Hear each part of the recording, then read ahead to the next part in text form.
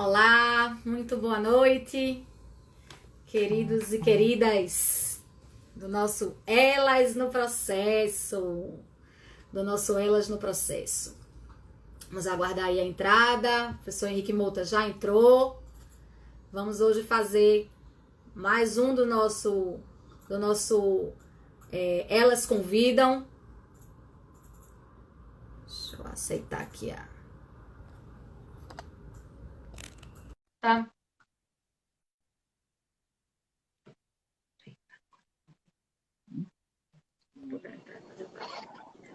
Grande Henrique Mouta, grande amigo, tudo E bom? aí, Renata, como vai? Tudo Tudo, bem?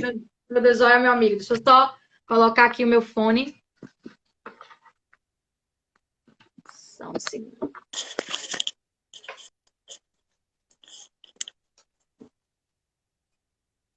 Tá me ouvindo bem? Excelente. Você está me ouvindo bem? Tudo ótimo, tudo maravilhoso. Amiga, é uma honra tê-lo aqui no nosso Elas no Processo. Eu tenho só que ter o cuidado para não confundir com pé de vista, porque eu já quase que eu ia dizendo pé de vista duas vezes. Verdade. O nosso Elas no Processo, que é um projeto, amigo, que a gente já tem há algum tempo, porém não com esse nome, né? Massinha, inclusive, Márcia, que é a esposa de Mouta e muito minha amiga, já está nesse grupo com a gente desde os. Acho que foi FPPC, desde o de BH que a gente criou esse grupo. Só que a gente não tinha, amigo, ainda colocado um nome, feito, formalizado as redes sociais, enfim. Então a gente começou a fazer isso esse ano e esse quadro, o Elas Convidam, é um quadro em que a gente vai sempre convidar um professor, um estudioso, para tratar de algum tema relacionado ao processo. Então, aqui você é nosso convidado, além de ser um grande profissional, é uma pessoa, é um amigo nosso, queridíssimo, meu e de Marco. Então, realmente é uma alegria dialogar com você, aprender com você, né? Você que sabe tanto de tantas coisas, sempre tem alguma coisa para nos ensinar, para nos passar. Eu vou fazer aqui uma leitura rápida do teu Lattes e a gente, em seguida, eu te dou a palavra, mas seja muito bem-vindo ao nosso Elas no Processo. Tenho certeza de que vai ser um momento muito proveitoso para todos que estejam aqui nos acompanhando e para aqueles que vão nos assistir depois que a live terminar. Bom, o professor Henrique Mouta possui graduação, mestrado e doutorado em Direito pela Universidade Federal do Pará e estágio de pós-doutoramento na Faculdade de Direito da Universidade de Lisboa. É professor do Centro Universitário do Estado do Pará, CESUPA, e do Instituto Metropolitano de Ensino, IME.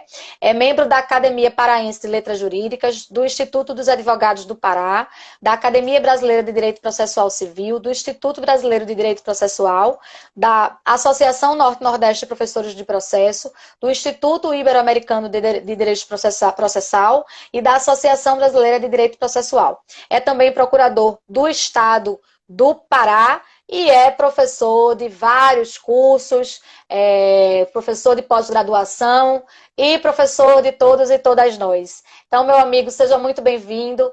É realmente uma alegria, uma honra receber você aqui e aprender com você nessa tarde, nesse final de tarde. Obrigado, Renata. Tá me ouvindo bem, né? Eita, Então, tá?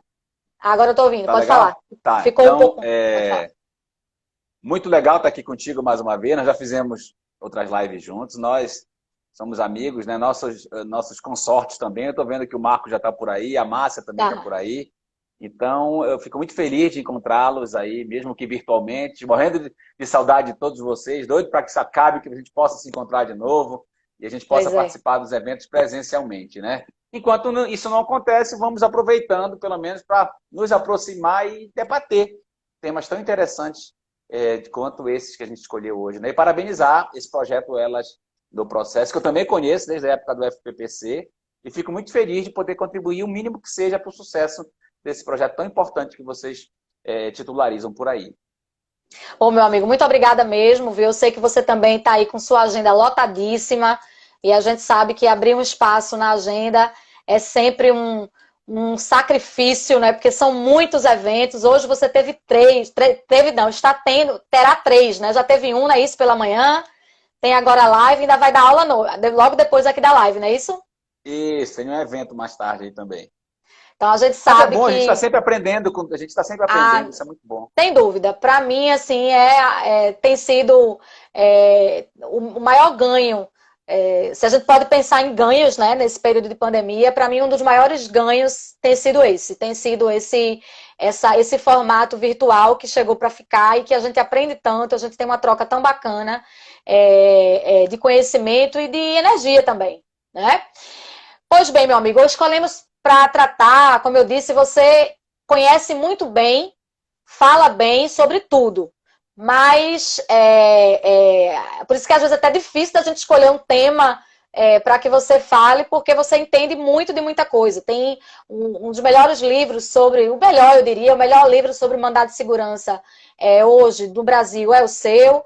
E diversos textos publicados, sempre com profundidade, sempre com uma análise muito adequada de todos os institutos jurídicos, enfim. Então, a gente, para escolher um tema, fica às vezes até difícil, mas dentro das opções que você tinha me dado, realmente foi o tema que eu preferi, porque foi um tema, inclusive, que a gente falou pouco, né? Eu e Marco, a gente falou muito sobre coisa julgada. A gente teve algumas lives sobre coisa julgada, mas sobre o tema mais amplo das estabilidades, não. Então, eu acho que vai ser uma live muito boa. A gente vai ter aqui uma outra visão também, né? Porque eu queria até se conhecer, saber qual é a tua visão sobre essas estabilidades, como é que elas estão hoje no nosso direito, no nosso ordenamento jurídico processual, que teve tantas mudanças. Então, a gente vai tratar hoje aqui com o professor Henrique Mouta das estabilidades processuais. Então, a primeira pergunta que a gente precisa fazer, Mouta, realmente é para esclarecer o que são, né, as estabilidades, o que são e quais são as estabilidades processuais. Bem, obrigado, Renata. É a primeira live que eu faço sobre estabilidades processuais, apesar de já ter participado de eventos, mas não no formato de live. Eu fiquei feliz de a gente escolher outros temas, e não aqueles que a gente está acostumado a falar, né? Então, eu acho que é o seguinte, o primeiro ponto de partida que a gente tem que passar é o sentido da palavra estabilidade. Porque dependendo da conotação que a gente estiver abordando em determinada situação jurídica, essa palavra tem um significado. Eu separaria no mínimo 4 ou 5 significados dentro do sistema processual da palavra estabilidade ou estabilização.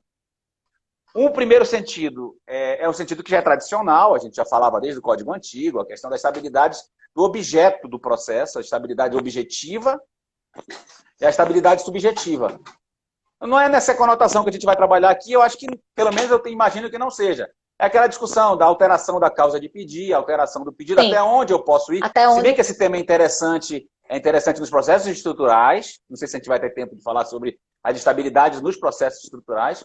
Então, no sentido de estabilidade, no sentido de conformação. Então, em respeito até ao próprio amadurecimento da causa, nós temos os momentos processuais próprios para as estabilidades objetivas, causa de pedir e pedidos, e as estabilidades subjetivas, as modificações dos polos ativos e passivos. Tem todo um tratamento histórico sobre isso. Isso não é grande novidade. É um primeiro sentido. O segundo sentido é um sentido bem interessante, que eu acho que a gente vai explorar por aqui hoje, que é no sentido da estabilidade das tutelas antecedentes. As estabilidades no sentido das situações jurídicas de extrema urgência, isso está acontecendo muito agora nesse período de pandemia, onde a parte judicializa não o objeto litigioso, judicializa apenas a obrigação emergencial, que é a tutela antecipada antecedente. Ali nós temos o 303 e o 304, que parecem que são artigos contraditórios, mas a gente tenta criar uma teoria sobre a estabilidade da tutela antecipada antecedente. Segundo sentido. O terceiro sentido é as estabilidades da conotação probatória, ou da fixação do elemento probatório.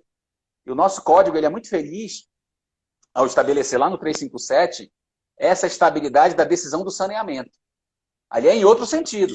É no sentido de fixação do objeto da prova para evitar que o processo se perca no elemento probatório. Então, lá no 357 tem um outro sentido da palavra estabilização, que a gente tem condições de conversar um pouco mais sobre isso, que é no sentido da estabilização do saneamento do processo, do elemento probatório, das questões processuais que foram resolvidas ali. E tem o último sentido. Quer dizer, o penúltimo. Ainda tem mais um, lembrei de mais um. Tem o penúltimo, que é a estabilização no sentido dos precedentes.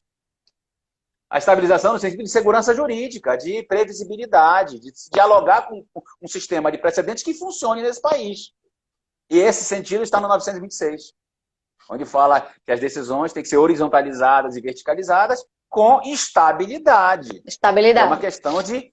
Que é uma questão ligada mais à previsibilidade, à organização do sistema de precedentes. E aí ainda teria o último, que é a estabilidade num diálogo entre coisa julgada e preclusão. E aí, nesse aspecto, eu já tive até a oportunidade, Renata, de escrever naquele livro que a ANEP lançou, que foi um diálogo Brasil-Portugal, você está lembrado?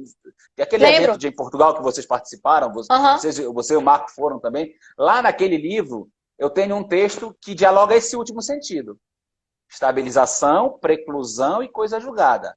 Sim. Mas é nesse último dos 5 ou 6 sentidos que eu usei a palavra estabilização. Lá é outro diálogo.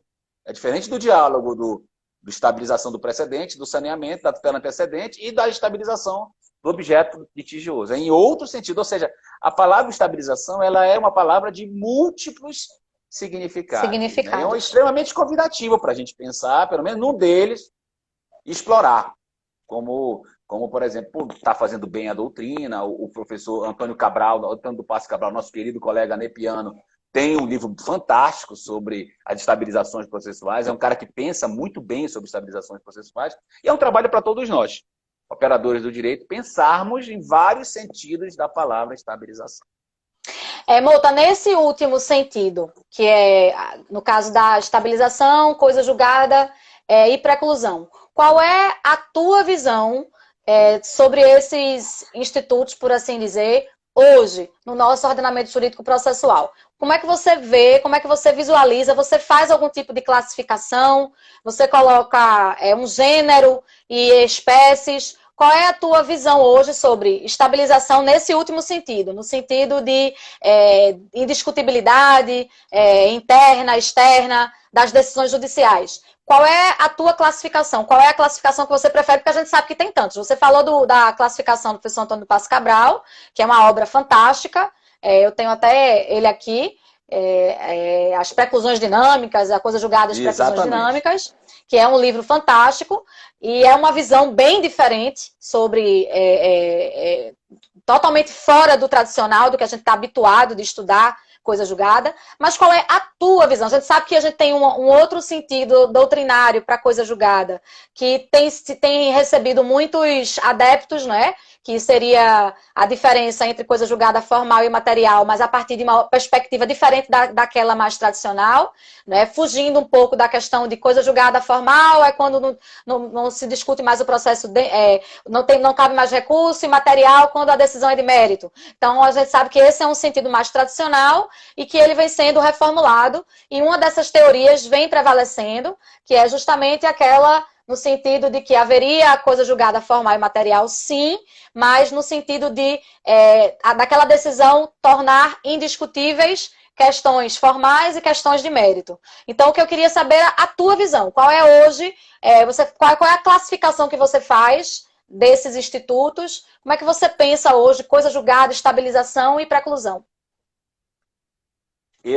Inclusive, foi o que eu escrevi no livro lá, né, do Diálogo Brasil-Portugal. Claro que isso foi em 2018 ou 2019, de lá para cá a gente está refletindo um pouco mais, né?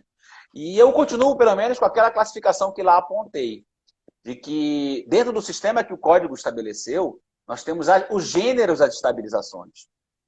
E as espécies, eu colocaria a preclusão dentro da espécie, como espécie da estabilização, e a própria coisa julgada. Ainda colocaria mais uma espécie aí, que não está tratado no texto, que é a estabilização decorrente da decisão em repercussão geral. Sim. Porque eu vou ser influenciado, não por uma estabilização do meu caso concreto, mas eu sou influenciado por uma estabilização oriunda de um precedente obrigatório. Eu chamo de estabilização externa. E a estabiliza lá e vem influenciar para cá. A estabilização... Cortada, Renata? Cortou? Vê se voltou. Cortou, mas voltou. A estabilização da tutela antecipada antecedente, você insere aqui também ou não? Eu coloco como um fenômeno também de estabilização que não se confunde com preclusão. Certo. É uma grande discussão. Aí tem a compreensão do 303 e 304, que nem o STJ nas duas turmas, que daqui a pouco a gente pode até falar, tem um entendimento uniforme, mas é um fenômeno também de indiscutibilidade, eu diria isso. Estabilização é no sentido de garantia de impossibilidade de discutir. Essa latida aqui é o da Bela, viu? Vocês não conheceram ainda a Bela. Eu tô vendo, não. Tem a nossa Golden, né, aqui em Brasília. Ela deve estar brincando aí fora. Brincalhona, às vezes quando ela late aqui no gabinete, ela vem aqui para a porta onde eu trabalho latir. Ela sapega como todo Golden, né? A gente com certeza vai conhecer. Agora eu e Marca, a gente tem um pouquinho de medo, viu? Aí vocês vão ter que dar uma segurada aí. Tem medo. Ela tá grandona. Vocês têm? Ah, já tem. Nós estamos grandona, claro. Né? Tem mais de um ano, né? Se vier pra cima de mim, eu saio correndo na mesma hora. Estou igual a Laura. Laura aqui é a mesma coisa. O tamanho que for de cachorro, latiu pra ela dá uma carreira. Então, eu sou... Mas é uma raça muito bonita, né? Eu vejo aí, a gente consegue ver também pelas fotos. Mas, amigo, então, voltando aqui. Então, então a gente... Uma pergunta que eu queria te fazer, que eu até te antecipei já, é se aquela visão sobre puxando um pouco para a teoria, não é? A gente tem alguns atributos da jurisdição apontados pela doutrina já há muito tempo, que dizem, que fazem com que a jurisdição seja a jurisdição, tal qual ela é em nosso ordenamento. E um desses atributos que é apontado pela grande maioria dos autores, é exatamente a aptidão que as decisões judiciais têm de formar a coisa julgada. E aí uma pergunta que eu queria te fazer realmente era se a gente já poderia repensar esse atributo para falar em estabilidade, em falar mais amplamente, não falar só em coisa. Se a gente diz que a coisa julgada é uma espécie de estabilização, será que a gente não poderia dizer que entre as características da jurisdição estaria, na verdade, a aptidão para formar, para criar situações de estabilidade? E por que eu estou perguntando isso para você? Porque, pessoalmente, eu tenho buscado, assim, eu e Marco, a gente decidiu que desse ano a gente não passa de tentar, né? Não que a gente vá necessariamente conseguir, mas a gente precisa se submeter a uma seleção de doutorado, tanto eu como o Marco. E eu já venho trabalhando um pouco, né, sobre o que eu pretendo estudar. E Rosalina Freitas, que é nossa amiga e também anepiana, ela defendeu a tese dela de doutorado fazendo uma releitura do princípio da inafastabilidade do controle jurisdicional. E ela propõe ali uma releitura do princípio da inafastabilidade, mas com a intenção de demonstrar que outros órgãos, que não os judiciais, podem exercer jurisdição. E aí, eu queria partir também mais ou menos daí, porque eu quero atrelar processo e atividade notarial e registral, né? E aí, para que eu possa defender o que eu quero, que é a possibilidade da jurisdição ser exercida dentro dos cartórios e pelos delegatários, eu preciso discutir jurisdição. O que é a jurisdição? Quais são os atributos da jurisdição? E aí eu tenho começado a pensar e a repensar a jurisdição a partir dessas características, e entre elas, a de formar coisa julgada. Será que se a gente poderia já dizer que a característica da jurisdição não é apenas a aptidão para formar coisa julgada, mas no sentido bem mais amplo, a característica seria o atributo de criar situações ou formar estabilizações, permitir, garantir que existam situações de estabilização? O que é que tu pensas a respeito disso, amigo? Bom, se é esse o teu tema, eu acho que tem plena relevância, plena importância e ineditismo também. Eu só iria te dizer o seguinte, que a gente, primeiro de tudo, precisa separar jurisdição e judiciário. Porque a gente está falando aqui no sentido de judiciário. A gente não está falando no sentido de jurisdição fora do judiciário. Sim, como arbitragem, se é que existe jurisdição arbitral, etc. Se a gente trabalhar a ideia de jurisdição por privados, por entes não do Poder Judiciário, eu concordo plenamente com a ideia de se criar uma teoria geral das estabilizações, trazendo essa hipótese. Eu surgi um exemplo agora, ontem até, que muita gente criticou nos nossos grupos de professores, que um juiz do estado, acho que do Maranhão, indeferiu uma petição inicial dizendo que ele teria que obrigatoriamente ter passado pelo consumidor.gov. Sim, aquela teoria. Ou Sim. seja, se tu estás falando da inafastabilidade da jurisdição, será que ainda é um princípio? Ou será que nós estamos ampliando? Essa não é a única hipótese, não. Tem várias outras hipóteses, em vários procedimentos, que me impõem a uma conduta extrajurisdicional antes de provocar o poder judiciário propriamente dito. Então, eu acho que o tema maior é se a inafastabilidade da jurisdição ainda é um princípio ou se ele não é mais um princípio, levando em conta essas legislações específicas que vedam ter o acesso aberto ao Poder Judiciário. Então, o primeiro ponto é separar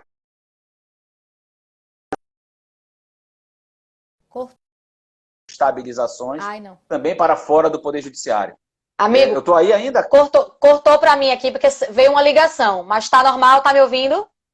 Não, te ouvi bem, mas eu terminei de falar. Eu acho que primeiro é separar a inafastabilidade da jurisdição e, na sequência, você criar, sim, o sistema de estabilidade para garantir, por exemplo, a definitividade de uma decisão cartorária, a definitividade da arbitragem, a definitividade de outras garantias que não sejam propriamente ditas do Poder Judiciário. Provenientes então, do acho judiciário. que é plenamente possível, plenamente viável essa tua tese. Se for essa, viu, já estou me convidando para estudar contigo. Gente, Ave Maria, para mim é uma honra. Eu vou partir daí, né? A ideia é partir daí para poder chegar, porque assim, a gente fez um evento e eu estava na mesma mesa de Fred e Didier.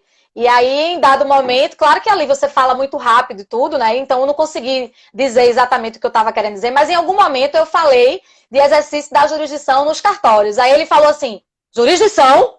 Ele assustou-se, assim, sabe? Quando eu falei jurisdição, eu disse sim, jurisdição. O que eu quero defender realmente é o exercício da jurisdição nos cartórios. Mas a gente vai conversando sobre isso. E aí, para mim, Ave Maria, já está previamente convidado para a banca que não existe ainda, porque eu ainda nem entrei, mas já está previamente convidado. Mas veja, então vamos voltar aqui, né? Voltar aqui para essa questão das estabilizações, especificamente no que diz respeito às tutelas provisórias. A gente sabe que, no que tange às tutelas provisórias, o Código estabeleceu, criou uma modalidade de estabilização que, até agora, depois de tantos anos de vigência do Código, pessoalmente, e aí eu estou falando por mim, eu ainda não consegui fechar o meu raciocínio sobre o que é a estabilização da tutela antecipada antecedente. Então, para o professor Henrique Mouta, o que é essa estabilização da tutela antecipada antecedente? A gente pode falar aí em coisa julgada ou são coisas absolutamente que têm um ponto em comum, mas que são coisas diferentes? Qual é a tua visão, Mouta, sobre a estabilização da tutela antecipada antecedente? Olha, vamos por partes. Eu vi que o nosso querido Gouveia passou por aí, eu vou tocar num assunto que ele gosta, que é a rescisória contra decisão que não faz coisa julgada. Sim, eu sei que ele é um craque e já estou prestando homenagem ao nosso querido amigo Roberto Gouveia. Primeiro, não vamos confundir, tá? A estabilização aqui é no seguinte sentido, que o judiciário é provocado, ele não precisa resolver com cognição exauriente o problema que é levado ao seu conhecimento. Eu sempre disse, Renata, que essa estabilização funcionava, ou essa tutela antecipada antecedente, com casos, entre aspas, pequenos.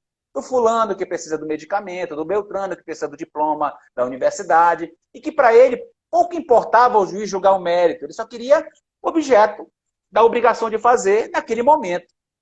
E parece-me, eu já falei em algumas lives, eu não sei se você chegou a ouvir, que com essas crises que a gente está vivendo agora, política, econômica, sanitária, etc., ganhou corpo a tutela antecipada antecedente. Eu venho vendo casos concretos interessantíssimos de tutelas antecipadas antecedentes de ações coletivas, onde, por exemplo, se propõe apenas o fechamento de uma cidade, o lockdown ou a abertura do comércio, só isso em tutela antecipada antecedente, que é o que se quer. Sim. De repente, se cumpre, para que judicializar? Para dizer quem tem razão, para dizer quem não tem razão. Eu acho que o fenômeno, a ideia é muito boa, nós sabemos, teoricamente, que veio do direito estrangeiro, francês, etc. Mas a ideia é muito boa, mas realmente ela não está sendo bem compreendida. Eu dou o exemplo dos nossos filhos. para facilitar para os nossos queridos colegas que estão assistindo. Se o Pedro e o Arthur estão brigando para saber qual é o jogo do videogame que eles vão usar, se é o Fortnite ou se é o FIFA, eu preciso dizer quem tem razão para resolver o problema? Não. Basta eu dizer, se continuarem brigando, eu puxo da tomada. No instante, eles resolvem o problema deles. A estabilização é mais ou menos isso, Renata. O judiciário entrega o bem jurídico sem dizer que tem razão. Se o réu concorda, eu até entendo que tem um negócio jurídico aí, porque os dois têm que se conformar com a decisão judicial, é uma trilogia de decisão judicial, estabiliza. E aí, olha que coisa interessante, o Código fala extinção do processo. Essa extinção é porque não tem mérito, mas é o efeito jurídico continuado. E a gente precisa corrigir o nosso conceito quando a gente fala de extinção sem ou com resolução de mérito. Extingue por quê? Porque não tem lide. Mas os efeitos jurídicos vão continuar, porque o judiciário foi chamado só para discutir o efeito jurídico e ele concedeu. Então, a estabilidade aqui é do ponto de vista de efeito fático, sem objeto litigioso ser destacado. Por isso é que tem aquela cláusula de 2 anos para reversibilidade. E aí, depois dos 2 anos, a tal da superestabilização cabe rescisória? Eu estou no grupo, Renata, talvez seja a minoria, que entende que cabe rescisória. Sim. Porque a rescisória não é contra a coisa julgada material. A rescisória é contra as estabilizações. Sim. Tanto é que cabe rescisória como quando a decisão não faz coisa julgada, mas impede a continuidade do recurso ou do processo. Então, eu entendo, estou nesse grupo, que não é unânime, que após os 2 anos caberia ação rescisória. Mas o mais interessante, Renata, só para eu terminar aqui, é que a interpretação do que impede a estabilização. Se é o recurso ou se é a contestação. Qualquer e o próprio STJ tem duplo posicionamento. Em 2018, na 3ª turma, ele entendeu que qualquer medida de resignação impediria a estabilização. Quem quiser anotar aí, é o resto que está aqui no meu computador, que eu vou falar dele daqui a pouquinho. 1760-966. 1760-966. Essa foi a primeira vez que o STJ foi chamado para discutir o que impedia a estabilização. E ele se posicionou dizendo que qualquer medida de resignação impediria a estabilização. Em 2019, já a primeira turma, por maioria, interpretou como particularmente eu acho que é o correto, que apenas o recurso, o 304 fala em recurso. Então, a contestação não impediria a estabilização. Essa foi da primeira turma, no RESP 17.97.365, por maioria. Ainda falta o STJ se posicionar. Como é um tema tão difícil, nem as próprias turmas do STJ têm um posicionamento final. Mas só para eu completar, Renata, acredito que a estabilização aqui é um fenômeno maior. O que eu disse que é? De impossibilidade de rediscutir. Rediscutir. Então aqui, eu não vou rediscutir, mas eu não vou julgar mérito, não tem problema nenhum.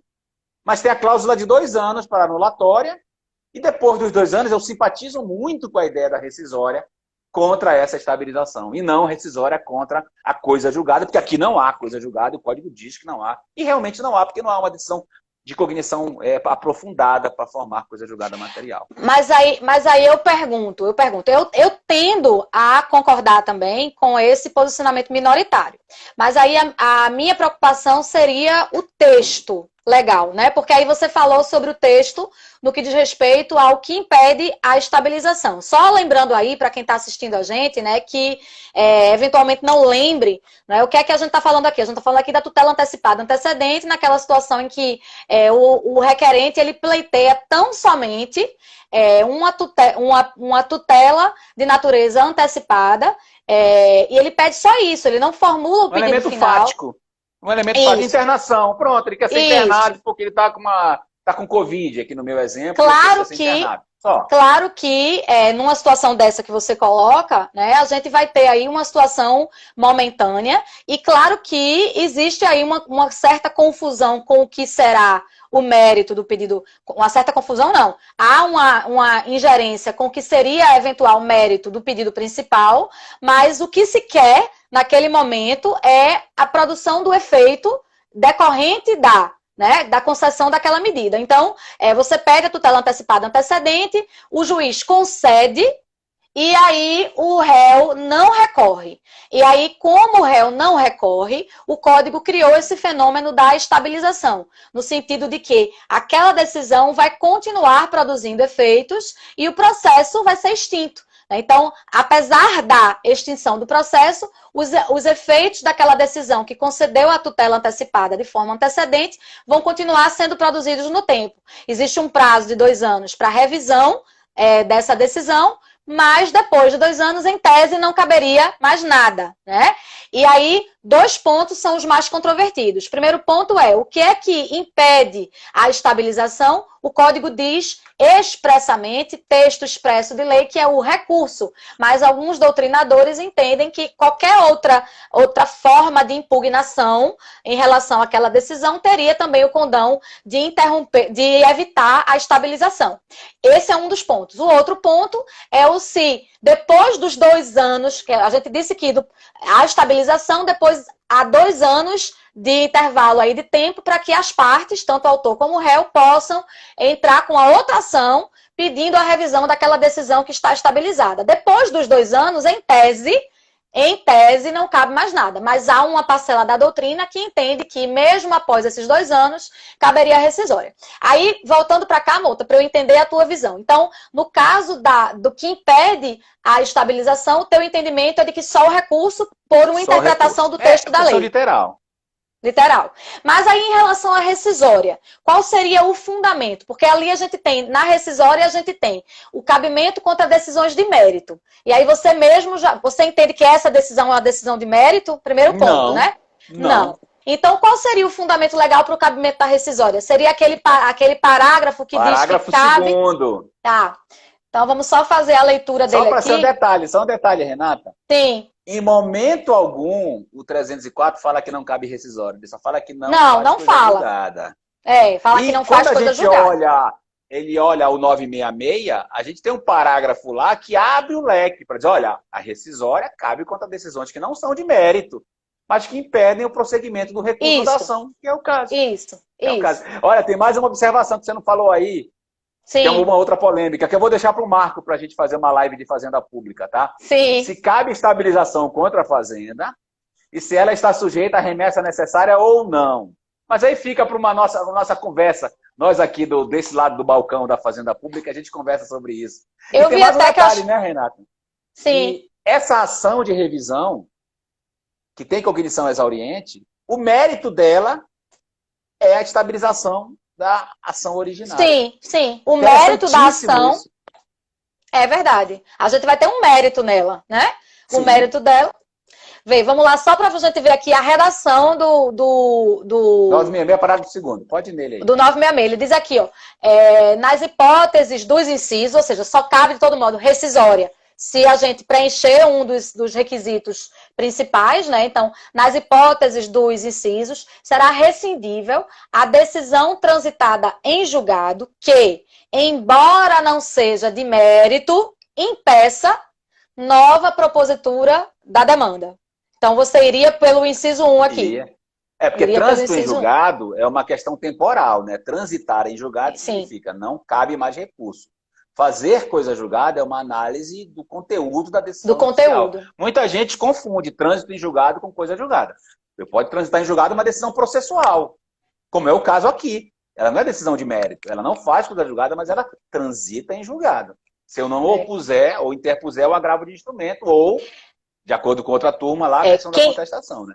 Quem entende que não cabe rescisória aqui nesse caso é porque vai dizer que aqui só cabe para aquelas hipóteses de extinção do processo sem resolução do mérito, em que há a impossibilidade de propositura da mesma demanda. Exato. Agora eu te pergunto, esse inciso 1 aqui, ele fala que impede a nova propositura da demanda, mas a estabilização impede a propositura da demanda? A estabilização impede que eu reproponha aquele mesmo objeto que foi antecipado. Agora, nada impede que eu traga outro, né? Porque é antecipação fática. A gente não pode confundir o elemento fático com o elemento de mérito. Mas o que eu te pergunto é o seguinte... leve de novo o elemento fático. Essa demanda que você fala aqui é a demanda revisional, é isso? Sim, é a demanda que foi objeto da tutela antecipada antecedente. Não, minha pergunta não é essa não. Mas seria objeto da ação revisional.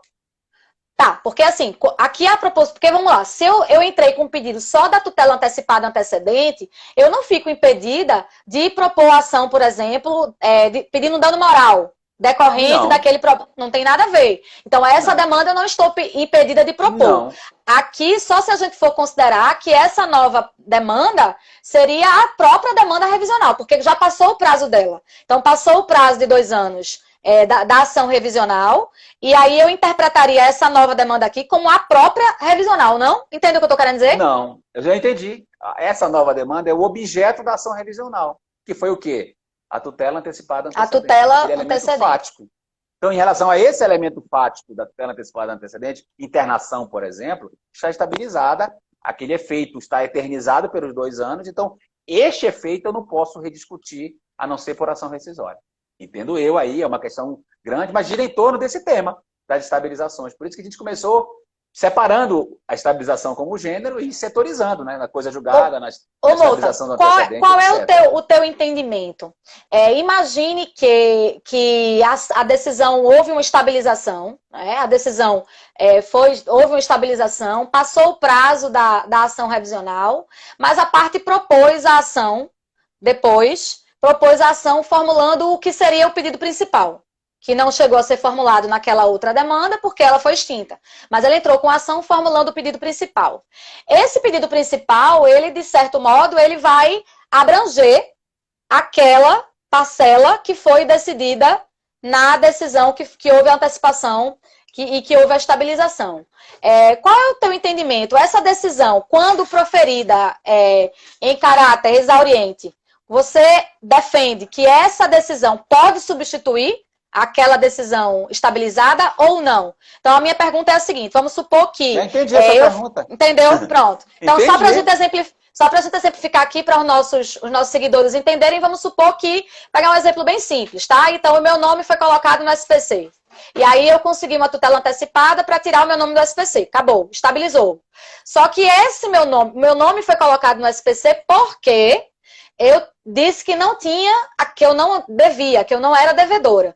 E aí, na eventualidade da empresa, por exemplo, entrar com ação de cobrança contra mim e ficar provado que eu devia, aí o meu nome vai poder voltar para o SPC, basicamente é isso. Tendo havido a estabilização, essa que é a minha pergunta, colocando aí num exemplo prático, simples, seria essa. Qual é o teu entendimento sobre isso? A gente não pode esquecer, Renata, que a estabilização não atinge o objeto, atinge só o elemento fático. Então, não houve cognição exauriente sobre a razão ou não razão da empresa de colocar no SPC ou no Serasa. Então, isso pode ser objeto de uma outra ação. Certo. Porque não julguei, aquela primeira não fez coisa julgada. Mas a aí... gente tem que separar a questão do elemento fático da estabilização e do objeto litigioso, que seria a ditada inicial e não foi, e não ocorreu em razão da estabilização. Ok, mas aí se nessa segunda demanda, o entendimento transitou em julgado de que eu era devedora. Então, se eu era devedora, a rigor, meu nome pode estar no SPC. Aí a minha pergunta é, a empresa pode colocar o meu nome no SPC, apesar da estabilização, considerando a decisão que diz que a dívida existe?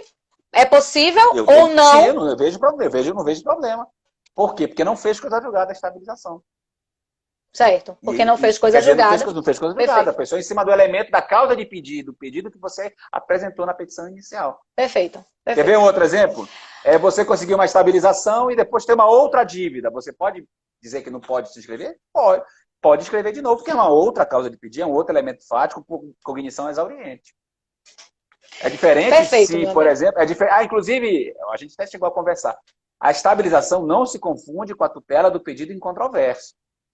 Isso aqui não é objeto de mérito, isso é um objeto apenas de estabilização. A decisão não faz coisa julgada, ao contrário da resolução parcial de mérito, que até a gente conversou, que seria um outro fenômeno de estabilização, mas de conteúdo definitivo. Sim. Uma outra pergunta, Mouta, que eu até te passei também na nossa conversa, aqui, ó, só para dizer que tem um monte de gente bacana aqui acompanhando a gente, Cecília, Fernanda Gomes, Luiz Vale... eu vi aí um monte de gente entrando, mas quando a gente está empolgado com o debate, a gente termina nem querendo parar, né? Uma outra pergunta que eu queria te fazer, Mouta, é em relação à tutela da evidência. No CPC, a gente só tem previsão de estabilização para a hipótese de tutela antecipada antecedente. Então, a rigor, as outras situações de tutela provisória, o próprio contexto onde estão inseridas já diz, provisórias. Então, em tese, não geram estabilidades, né? Não essas às quais a gente está aqui fazendo referência. Então, o que é que eu percebi? Eu tenho estudado muito alguns temas relacionados a direito civil por conta da minha atividade, né? Por conta da minha atividade no cartório. E um desses temas que eu tenho estudado, até escrevi recentemente um artigozinho, é sobre o divórcio impositivo. E aí, o que é que tem acontecido, Mouta? Considerando que existe, acredito que a grande maioria dos civilistas hoje considera que o divórcio é um direito potestativo, que não depende, portanto, de consentimento, o direito ao divórcio não depende de consentimento da outra parte.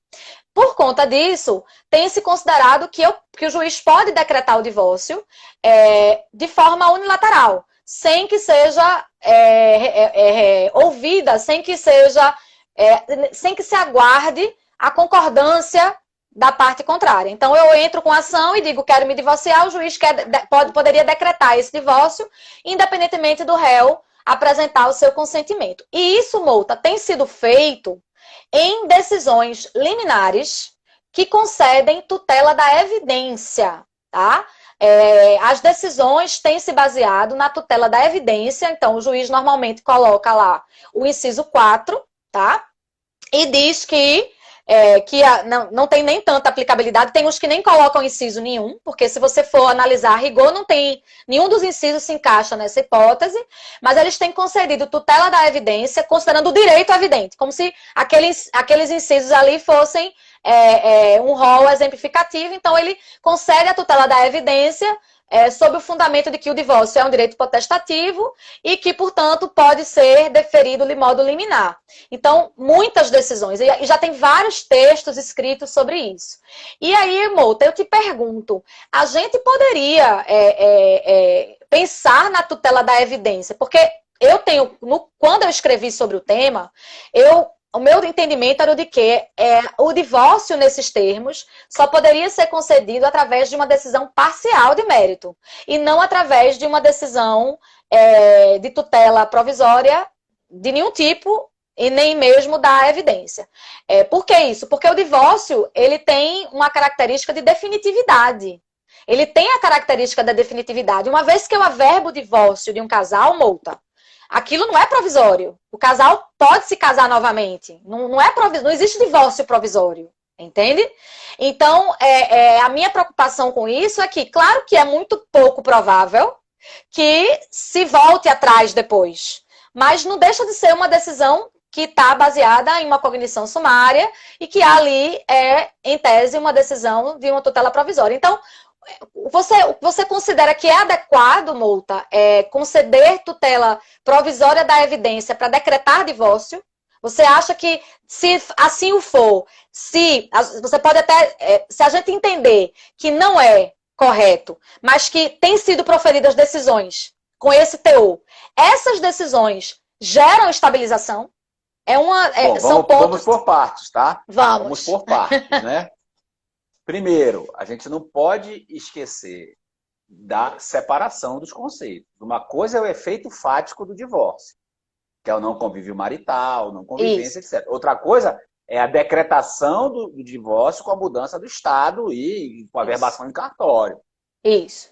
Eu concordo contigo. Uma coisa, então, é a tutela da evidência no sentido de efeito fático, para não ter a contribuição obrigacional da relação marital. Perfeito. Outra coisa é o julgamento parcial do mérito, inclusive a lei civil fala isso, de desmembramento do objeto. Eu desmembro logo o decreto de divórcio e vou discutir a questão patrimonial, de guarda, de criança, de filho, etc. No segundo momento, eu abro a instrução probatória. Parece-me que está muito mais parecido com o 356 do julgamento parcial do que com a tutela da evidência. O que me parece é que a tutela de evidência é em relação ao convívio marital. E aí você vai analisar em cada caso concreto se você concede ou não. Agora, decretar divórcio com caráter de reversibilidade vai gerar estabilização? Sim. Não vai gerar gera? coisa julgada? Sim. Cabe rescisória? Sim. Se casar de novo é uma nova relação marital, que a primeira foi decretada com definitividade. Exatamente. O julgamento parcial do 356 faz coisa julgada, isso foi a minha tese de doutorado há muitos anos, né?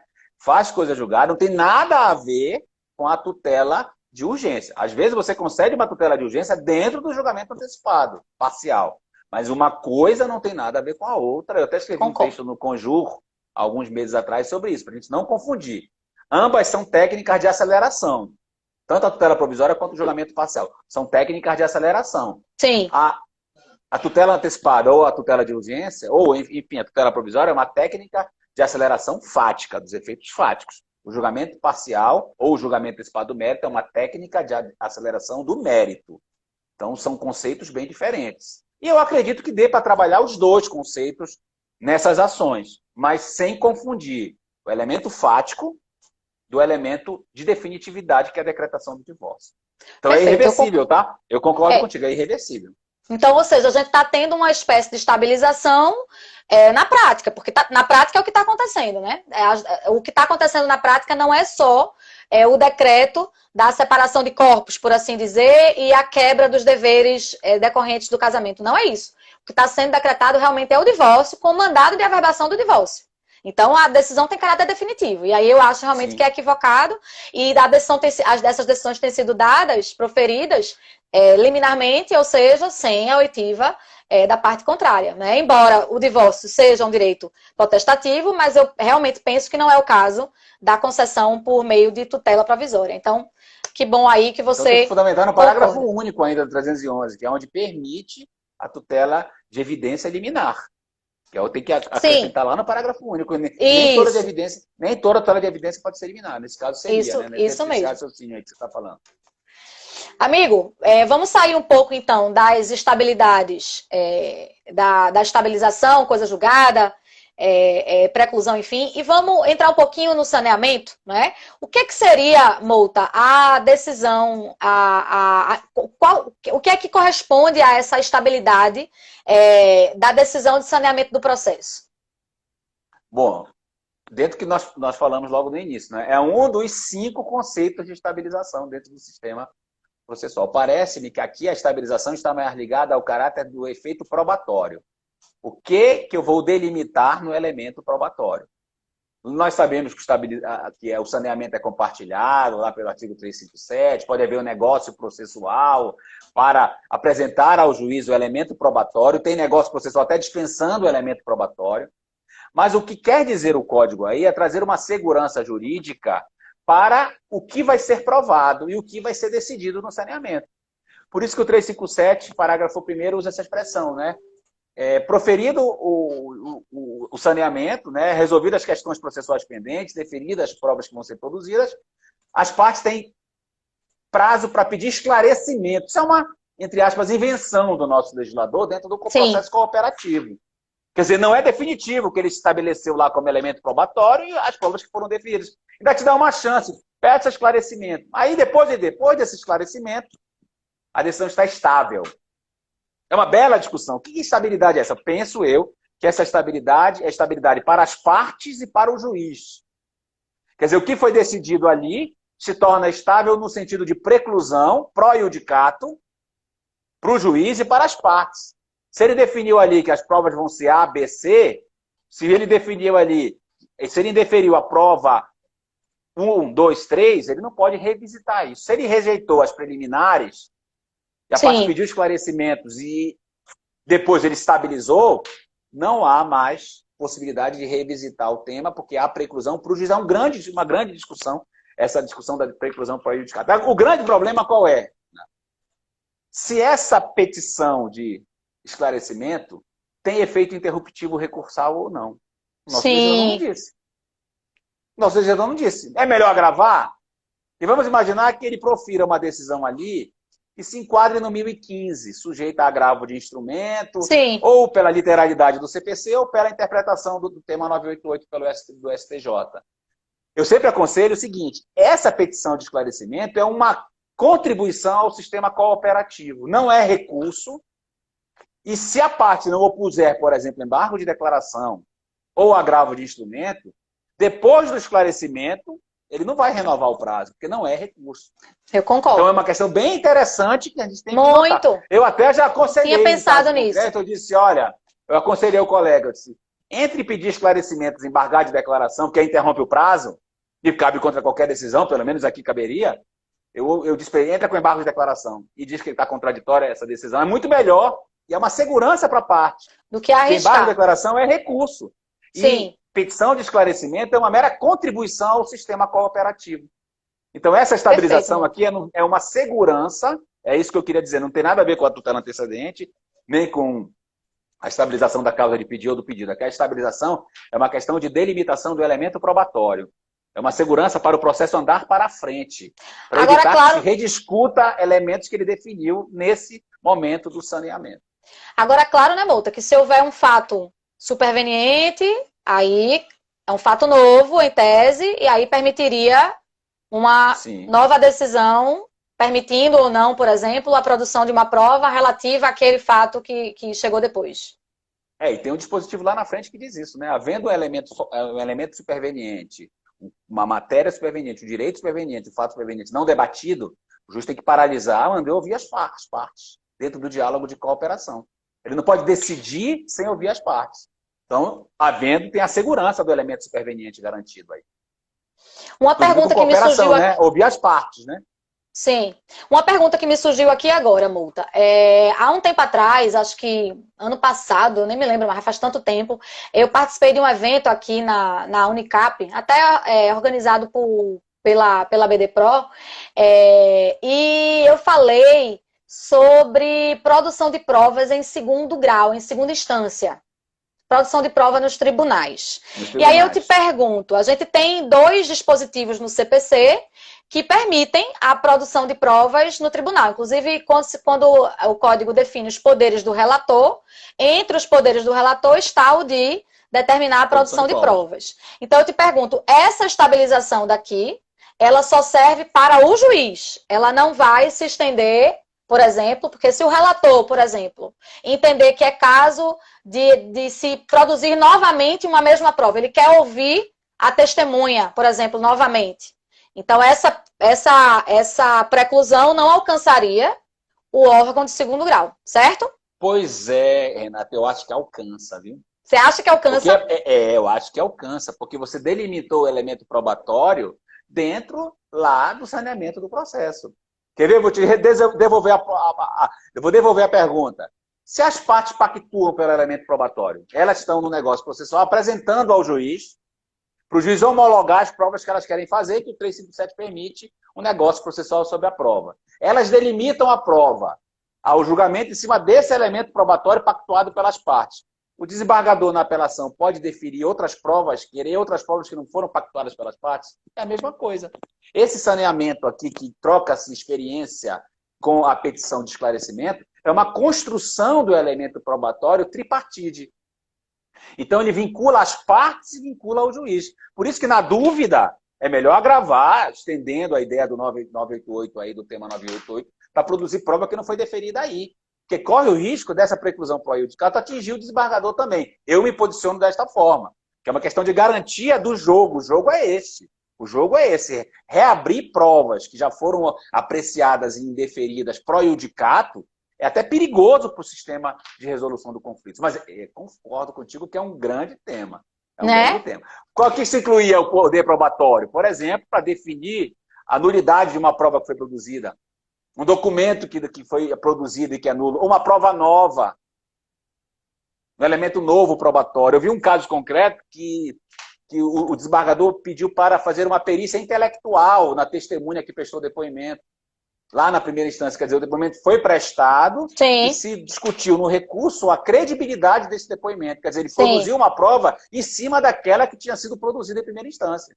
E não inovou no sistema probatório. Que aí iria, talvez, penso eu, um grande tema para se refletir, violar o sistema da preclusão pro iudicato também. Eu estou te falando isso, inclusive esse tema, porque agora eu não estou mais lembrada aqui, eu evidentemente não vou conseguir, a gente já está chegando... Quer piorar, Renata? Vamos produzir prova no recurso especial extraordinário, tá? É possível ou não?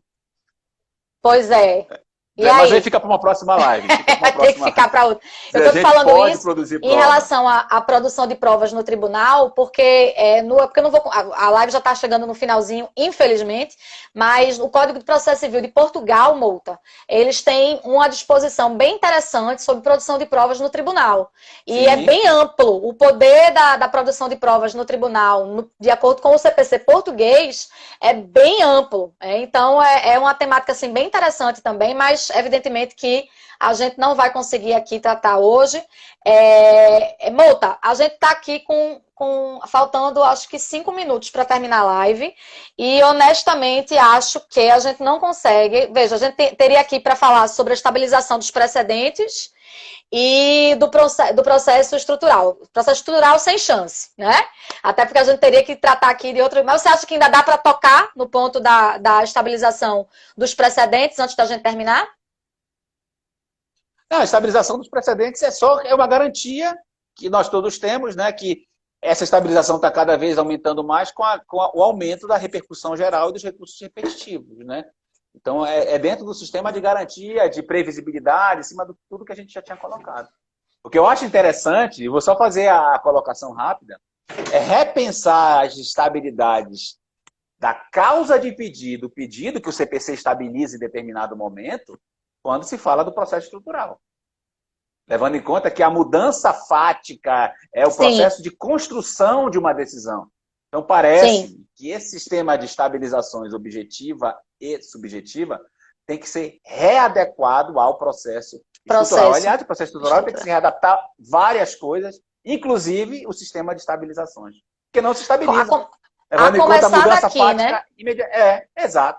Eu acho que o processo estrutural demanda uma reestruturação nossa inicialmente, porque assim, são as complexidades que a gente precisa realmente repensar todo o modelo de processo com o qual a gente está habituado quando a gente fala em processo estrutural. Mas aí realmente, amigo, vai ser tema para uma outra live. Aqui a gente está nos nossos 2 minutos finais. Eu queria te agradecer. Foi assim um diálogo maravilhoso, como sempre. Todos os eventos que a gente participa, você tem uma didática, uma maneira de passar o conhecimento muito tranquila, né? Sempre um semblante tranquilo, em posições firmes. Você é estudiosíssimo, então sempre tem um grande embasamento teórico e é muito bacana assim, essa sua forma de expressar as tuas convicções. E eu tenho certeza que quem assistiu, que quem vai assistir depois, vai sair dessa live com muito, muito aprendizado. Muito obrigada, Mouta. Obrigada por ter aí conseguido um tempinho para o nosso Elas no Processo. E pode ter certeza que você estará conosco em muitas outras oportunidades, amigo. Tá, eu agradeço, nosso tempo está terminando, né? Então eu agradeço, Renata, agradeço a todos os colegas, as colegas do Elas no Processo, como eu disse no início. Conheço desde a fundação da ideia do Elas no Processo, fico muito honrado de poder contribuir. O mais importante é a gente levar o debate. Muitos dos temas que nós lançamos aqui são temas absolutamente polêmicos, e se a gente conseguiu colocar algumas interrogações aí no nosso público, já valeu a pena essa tarde e noite aqui conversando com vocês. Foi muito legal e eu fiquei muito honrado de estar aqui. Agradeço e devolvo a palavra para você terminar por aí, Ana. Pronto, amiga. Então, muito obrigada mesmo. Com certeza valeu a pena. E a gente se encontra muito em breve, se Deus quiser. Um beijo enorme para minha querida Massinha e para os meninos, viu? Grande abraço para o Marco e para as crianças aí também. Tudo de bom. Até a próxima. Obrigada, amigo. Um beijão. Tchau, tchau. Tchau.